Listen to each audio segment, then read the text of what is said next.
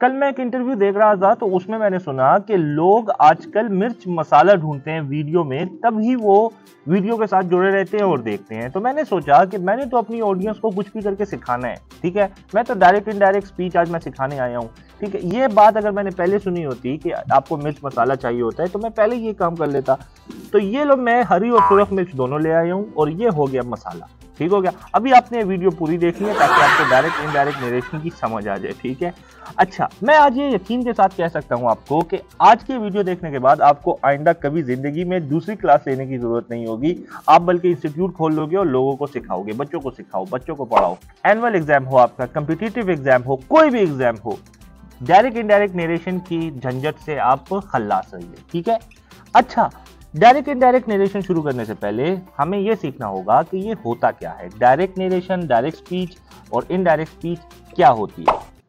तो ये लो definition, direct speech. Direct speech क्या होती है? The conversation presented in exact words is called direct speech. Exact अल्फाज में आप हूबहू एक बात के अल्फाज उठा के किसी और को कह दो तो वो होती है डायरेक्ट स्पीच, ठीक है।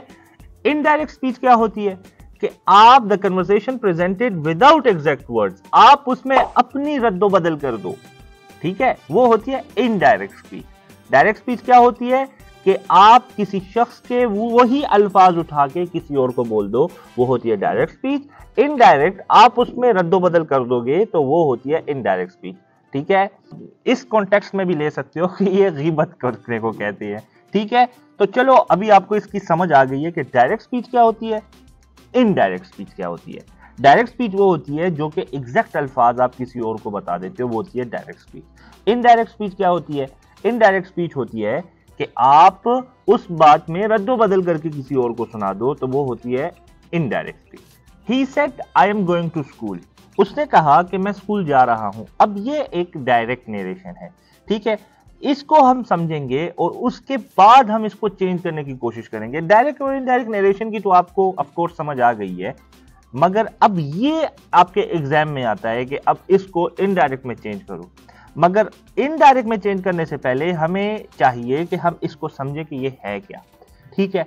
अब देखो, इस स्पीच में दो हिस्से हैं, इस स्पीच के दो हिस्से हैं। एक हिस्सा ये है, एक हिस्सा ये है। ये वन हिस्सा है स्पीच का और ये दूसरा हिस्सा है स्पीच का, ठीक है। अच्छा, ये देख लो, the conversation presented out of the inverted commas is called reporting speech. ये देखो, इन्वर्टेड कॉमास इसे कहते हैं, ठीक है। ये जो कोटेशन मार्क्स होते हैं, ये अमेरिकन इन्हें कोटेशन मार्क्स कहते हैं और ब्रिटिश इन्हें इन्वर्टेड कॉमास कहते हैं। तो ये जो इन्वर्टेड कॉमास हैं, I am going to school, ये एग्जैक्ट इसने कहा है, ठीक है। तो ये जो स्पीच है इसे कहते हैं रिपोर्टेड स्पीच, ठीक है, जो इन्वर्टेड कॉमास के अंदर होती है। और ये जो है, ये जो इन्वर्टेड कॉमास के बाहर है, इसे कहते हैं रिपोर्टिंग स्पीच।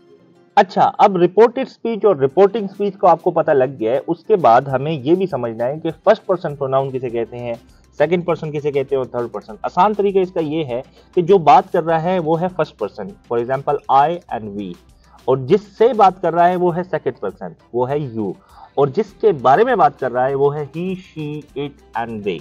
ये थर्ड पर्सन प्रोनाउन है। स्क्रीनशॉट ले लो या लिख लो इसको, ये याद कर लो, ये जरूरी है, ठीक है। अभी तक तो हम इसकी इंट्रोडक्शन कर रहे थे कि डायरेक्ट इनडायरेक्ट नरेशन होता क्या है। अभी इसका लिख दिया है मैंने फॉर्मूला सन, बेटे वाला सन नहीं, अच्छा ठीक है। ये सन है सब्जेक्ट ऑब्जेक्ट नॉट चेंज। कैसे? If the subject of the reported speech is first person pronoun, अगर रिपोर्टेड स्पीच का सब्जेक्ट फर्स्ट पर्सन प्रोनाउन यानी आई और वी होगा, देन इट विल चेंज। तो क्या होगा? Then it will change according to the subject of the reporting speech. तो indirect speech में उसको हम रिपोर्टिंग स्पीच के सब्जेक्ट के मुताबिक चेंज करेंगे, ठीक है।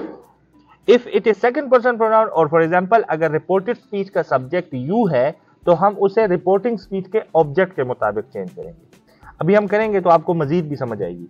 And if it is third person pronoun then it will not change. Third person pronoun reported speech का चेंज नहीं होगा। इसका स्क्रीनशॉट ले लो भाई। We will use that to finish inverted commas in indirect speech। हमने inverted commas को या quotation marks को खत्म करने के लिए that का इस्तेमाल करना है indirect speech में। दूसरा, if the reporting speech, अगर reporting speech is in present simple or future simple tense, then reported speech tense will not change। reported speech का जो tense होगा वो change नहीं होगा, ठीक है।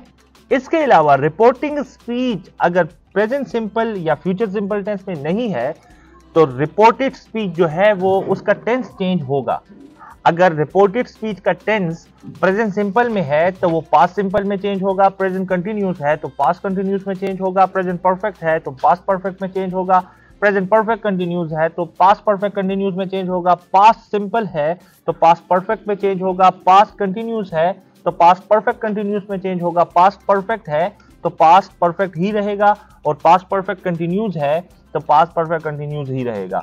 और विल जो है वो वुड में चेंज होगा, शैल जो है वो शुड में चेंज होगा, दिस दैट में, दीज दोज में, हेयर जो है देयर में, टुडे दैट डे में, और यस्टरडे डे बिफोर यस्टरडे में, टुमारो जो है डे आफ्टर टुमारो में चेंज हो जाएगा।